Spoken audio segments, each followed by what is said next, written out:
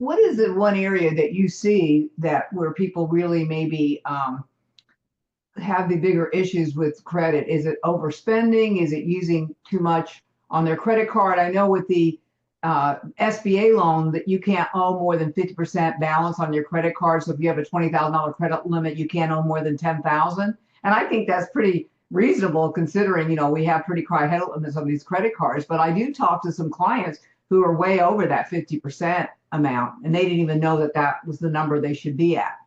Yeah, it's you.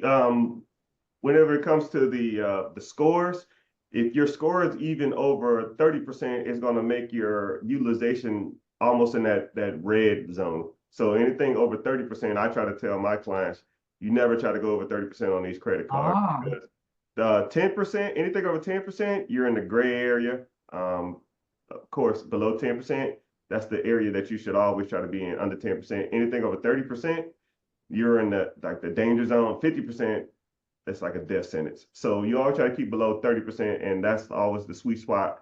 And it always will maximize your score too. And as far as what I've seen people always get in trouble with when it comes to their credit, it's late payments.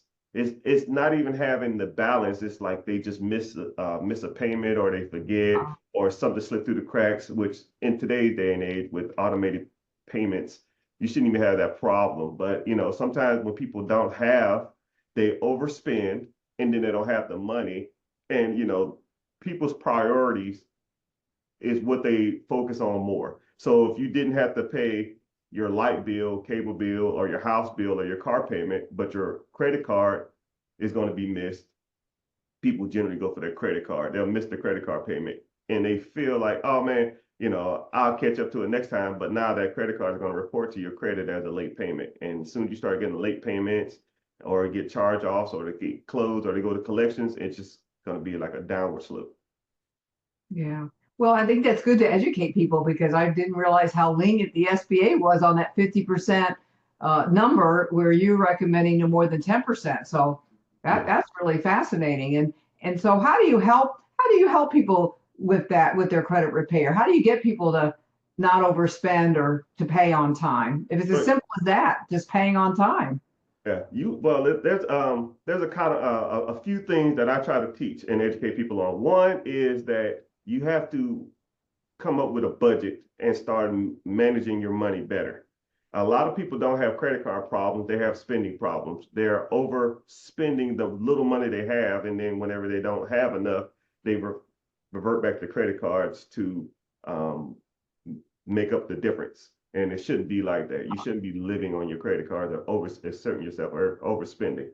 And then also too, whenever you do start cutting your expenses, start living below your means, stop eating out, and stop taking vacations when you can't afford them, stop buying these cars that you can't afford, and all this other kind of stuff. Whenever you start doing that, you will start seeing an excess of money, and then you need to start devoting that extra money towards getting out of debt, and then starting to look at your credit, because a lot of people don't even like look. I've had so many people that will come to me and say, hey, I want to buy a franchise, I want to buy a business, I want to buy real estate. And I'll say to them, what's your credit score?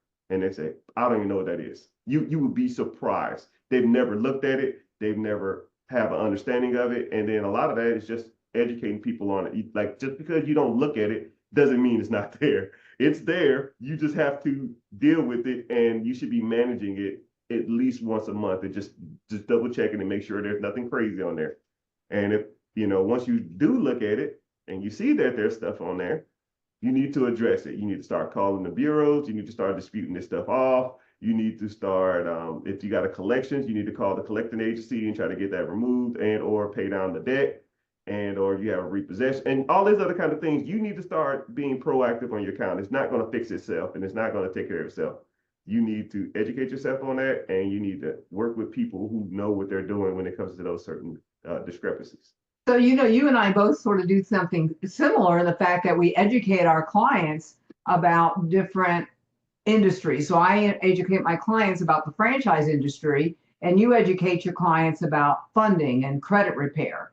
And because that's the first step in starting a business. So sometimes when I work with clients, Richard, they'll say, oh, I don't have to worry about the money. Once I find the right opportunity, I'll find the money. But it's almost like getting pre-approved for a mortgage. You want to find out what can you fund. So when you do find your dream business, you can invest in that business. And so it's really the first thing that you should do. Your credit is the number one thing that you start with when you start looking at funding. And I don't know in your world, but in my world, if the better your credit score, the better the interest rates in most cases, especially for loans. Now with SBA, it's sort of a fixed rate, but you have a better chance of getting a loan the higher your credit score is. I'm really surprised it's as low as 685, but they do accept that, and but they also take a look at your assets and your net worth and your liquidity as well. But it is important. I think I forgot to mention this. They do need to have a spouse working. So whether it's a pension from a veteran that's retiring, that counts, or if you have a spouse that's working, you need to have some income coming in to get an SBA loan nowadays. But the good news is they don't require the equity in your home as collateral. So when you help clients with their credit repair, how long does that usually take? There's a lot of different. I've seen it vary, and a lot of times what I'll tell people is this process. We dispute with the creditors, we dispute with the bureaus, and we dispute with anything that's on your credit. Because you'd be surprised, a lot of times people will have like multiple misspellings of their name, and they have multiple addresses on their name, which will, because you're showing a bad history of like moving around. They like your credit likes you when you have like being consistent in one place. Let's say you have like 12 addresses in the last 7 years.